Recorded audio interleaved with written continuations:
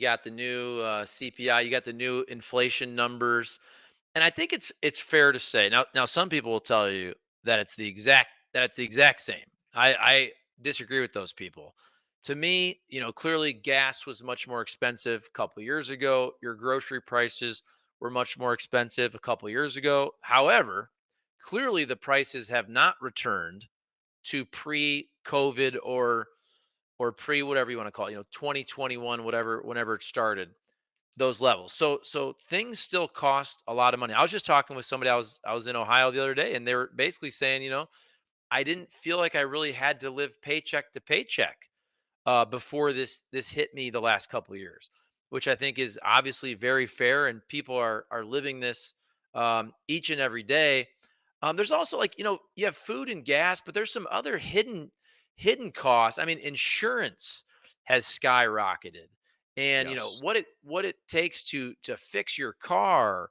And I have a small rental property business, and I'm kind of dealing with this myself over the last couple of years, in terms of you don't want to raise rent on folks. My goal was always to never raise anybody's rent until they moved out. The goal was, okay, once they move out, then I'll raise rent for the next tenant. Problem is, if you don't raise rent to keep up with costs, folks know that, and they'll never move out because your spot is now such a better deal than where they're getting somewhere else. And what I'm trying to say is, like, I went through the increase in insurance and HOA if you have a condo, and taxes. I mean, it was almost like I would have had to raise the rent 150 to 200, let's just say 150 to $200 per unit to make the same amount as I was making before. Like, that's pretty drastic. So if people are wondering why your rent's going up, I know landlords are the terrible slumlords, they're all awful That's people. That's not really true, but I'm telling you, like, the costs increase, and then not even talking about like contracting work, handymen, whatever it is to fix things. yeah. Like, everything has gone up so much, it's almost impossible to not raise rents over the last couple years since COVID. Well, Charlie, greedy landlords all over the country appreciate your defense, and I think Yes. that it's good that you gave them that strong defense. No, I'm kidding. But so where I live in Santa Monica, we have rent control, and that's exactly what happens. People don't leave for the most part because the market rates, especially post COVID, are so much higher than most people, are paying.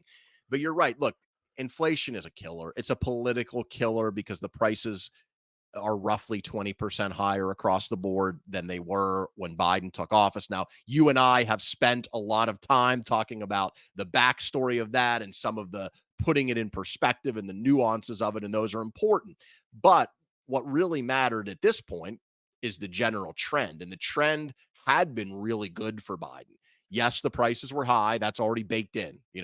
They're not going back down. That's not happening. So the best you could have hoped for with your Biden was a big decrease in the rate of inflation, and that was happening.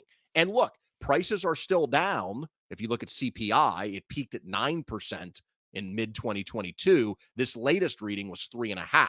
So in that regard, it's a dramatic decrease in a fairly short period of time. However, that is still above the 2% the Fed wants, and it's kind of going sideways now. We had a big drop, and now we're around 3%, and we're kind of stuck in that area. Now we'll see as the year goes on, but one of the big reasons that matters as well is because of what you were talking about, which is housing.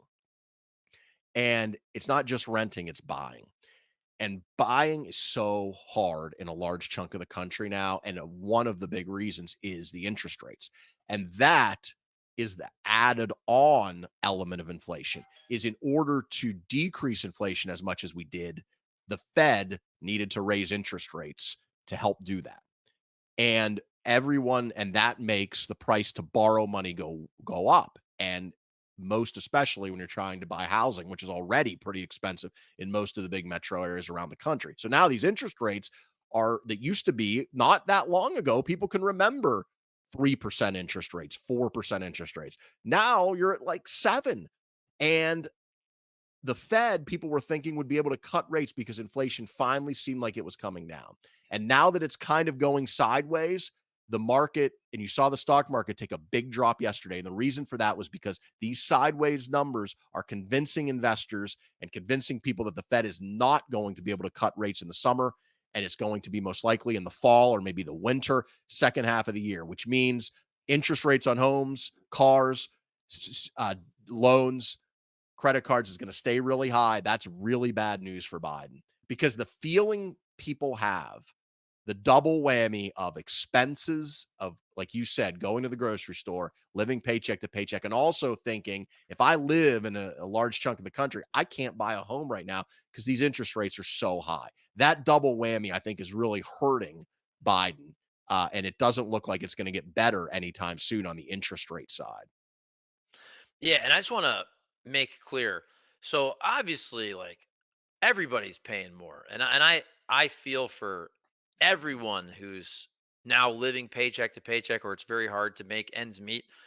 You and I, we usually talk about these things too in the kind of the specter of politics, and I get it. Like a lot of people are just going to blame or credit the president for kind of whatever is going on in their life that day.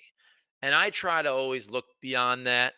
And I get it. We talked about this a couple weeks ago that basically there was 10 years of stagflation in the 70s and no president survived it. No president survived it. Everybody basically, you know, did not get reelected. I understand that. I don't think it's necessarily fair in terms of to blame the president for that in the 70s. In the same way, I just find it funny. It's you know, things were very good economically under Trump. Then COVID hit. And I just feel like there's so many people out there that are trying to act like the disruption was the election. It was not the election in Right. 2020 when Biden took over early 2021. It was it It was was COVID. clearly COVID. It was COVID, and we printed all the money the first couple of years, and then all the inflation came the next couple of years. And you had shutdowns all over the world, and you had supply chain disruptions. And I understand it's not a great argument. It's nuanced. It's easier to point to the president. So I get why people are blaming Joe Biden, and he's part of it. Clearly, he runs the federal government. But if you're not acknowledging that it started in 2020 under Trump and it continued in 2021 under Biden, I mean, I don't think we're being fair there. If we're not acknowledging what actually caused the inflation, that's why when I see all these people, I get it because you're running a campaign. But when I see these people who are very smart economically and they're trying to just blame Biden for inflation, Right. I'm like,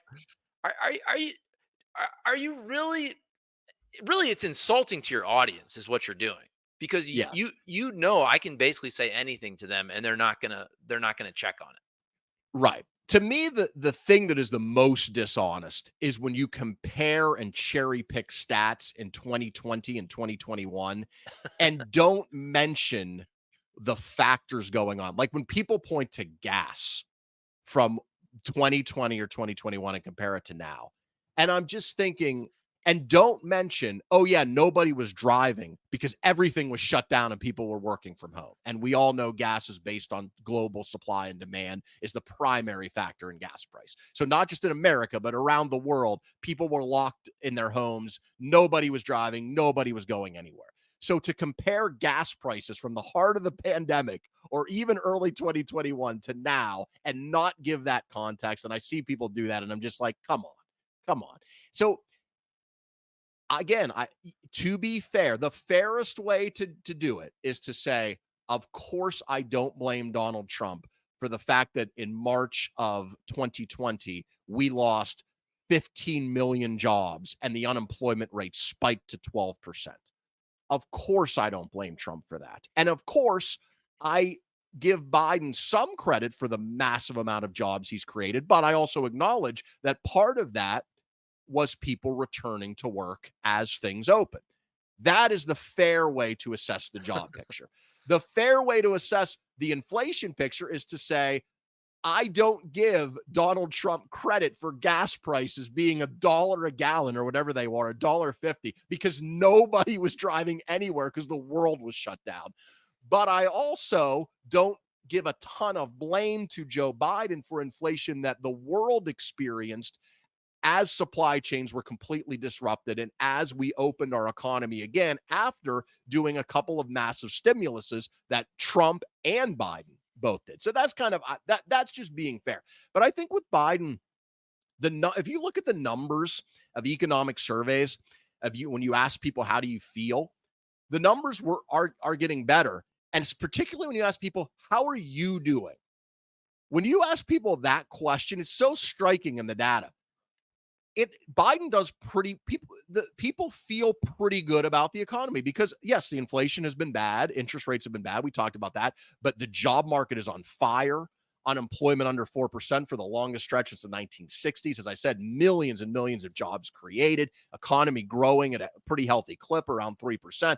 So people say they're doing pretty well and their neighbors are doing pretty well, but they say the overall economy is bad. And that is kind of the disconnect that Biden, I think, is, going to have to try to work through. And he's going to have to sell it and make the case over these, next 6 months. And we'll see. The data on the inflation is going to be huge because if the prices start to rise again, people will feel that. And you can't explain your way out of that, if you're Joe Biden. You just can't. And that is going to be a real killer for him. So I think how inflation trends over the next few months is going to be really critical, for this election.